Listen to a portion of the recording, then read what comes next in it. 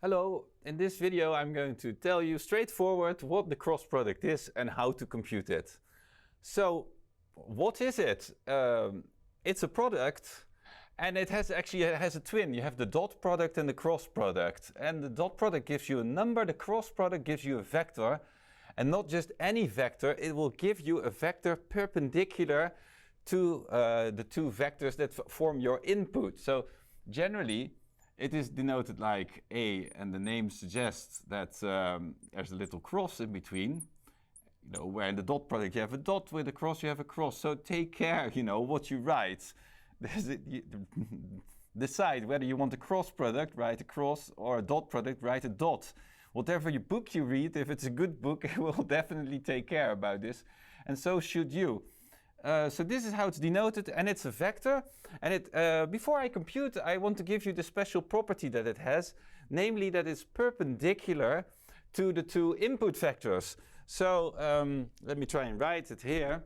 And there's perpendicular, that would be a sort of two directions, right? If I put like this, I may have there's a line that it's supposed to be perpendicular to both these ones here, like this perpendicular to the vector A and it's perpendicular to the vector B. However, of course, there are two directions, up or down, and to decide that, you can use your right hand. You point your one finger, your index, in the direction of the A, your middle finger in the direction of the B, like that, and then, oh, this is difficult, the B comes this way, and then your thumb will point in the direction of the cross product. So I mean, you have to be a bit flexible in your fingers to perform this feat, but then if you could, you will find out that the cross product will go up. Oh, that wasn't so very nice. It will go up here. So A cross B, and the order is really important because the other way around down here will be B cross A. Notice how I say cross and not not times, because times is really not so clear here. The multiplication would be dot or cross, so you say A cross B. All right, yes, so generally these two are inverse of each other. There's just a minus sign difference. Okay. So now how do I compute it? And unfortunately, it's not really a straightforward computation. So let me just give you this definition. It is. And it's good to remember the first term, because from then onwards there's a cyclic permutation, which I'll explain what that means in a moment. The first one is A2 times B3 minus A3 times B2. Now, if you manage to get this one right, then you're in the game, because from here onwards it's a cyclic permutation, which means 2 will go to 3, 3 will go to 1, and 1 will go to 2. So the next line has the same shape, A, B minus A, B, but now the 2 will go to 3, the 3 will go to 1, the 3 will go to 1, and the 2 will go to 3. That's also, this is the bracket that closes the story. And then the last one will be again the same shape,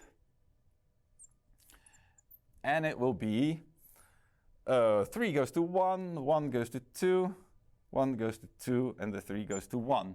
So once you get the first line ready, then you're in the game. And what you notice that here is there's not a 1. So each time the row that you're working on exactly does not have the number in it that sort of tells you what row it is. This is the first row, there's no 1. The second row, there's no 2. The third row, there's no 3. So that's a good check after you've written something down to see that you've done this. Okay, so yeah. Of course, you don't need an example because you can do arithmetic. However, I'm going to do one anyway. So there you go. I want to do 5 minus 1, 2. Cross. What's that one? That's 3, 3, 1. 3, 3, 1. All right. So what do I get? I get minus 1 times 3. Minus 1 times 1, excuse me. It's difficult to see on a big light board. Minus 1 times 1 minus 2 times 3. Okay? Then we get, we started by this times this. Now we start from this one. 2 times 3 minus 5 times 1. And then the last one will sort of be the easiest one because it's 1, 2, 2, 1. It's sort of, it's 5 times 3 minus 1 times 3. So mistakes are usually made with the signs because you sort of get them cancelling each other out or not. And don't make those mistakes. I'll try to make them either. I won't try to make them. So this minus 1 minus 6, it should be minus 7. This is 6 minus 5 is 1. And this is 15 plus 3 is 18. Okay. So I've not drawn these vectors exactly in proportion. I hope you forgive me. So if you have some hesitation and you doubt whether this computation is good, there's one check you could do, because I claim that this vector would be perpendicular to both this one and that one. So let's check this. How do we check it? We can check it, of course, with the dot product. So I could compute, just as a check, I check the perpendicularity here. I'm going to do 7 minus 7, 1, 18. And now I do dot 5 minus 1, 2. And I get minus 35, right? That's this times this, minus 1, and then plus 36. Ooh, this looks good. Are you still not convinced? I'm going to give you a little exercise, namely, if you're behind your desk right now, try to compute the dot product between this one and that one. And it should, of course, be 0 as well. And basically, we're already done with this video. This is all I wanted to tell you. I want to give you the definition of the cross product. I wanted to give you an example, and I want to emphasize that you get a vector perpendicular to your two original vectors. There's one more thing I wanted to tell you, one beautiful thing. So you may remember about the dot product, this beautiful property that, well, you can look at the angle between these two vectors. Let's call it theta. And the dot product was almost justified by this special rule that says that the cosine of theta equals the dot product of the two vectors divided by their lengths.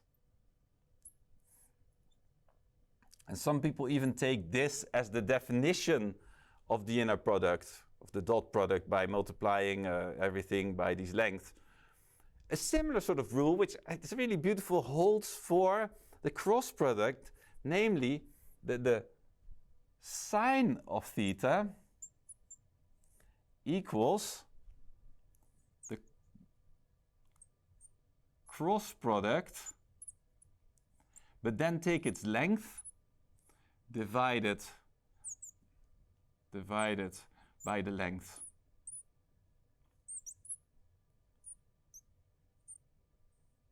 There you go. So there's this beautiful duality between the cross and the dot product that, of course, you can't have a video about the cross product without it. Again, you could sort of rework this into a definition of the cross product, which is geometrically very beautiful, but in practice, I know you will mostly use this computation to get to the cross product. So that's why I've taken it here as the definition. All right, that's it. Thanks for watching.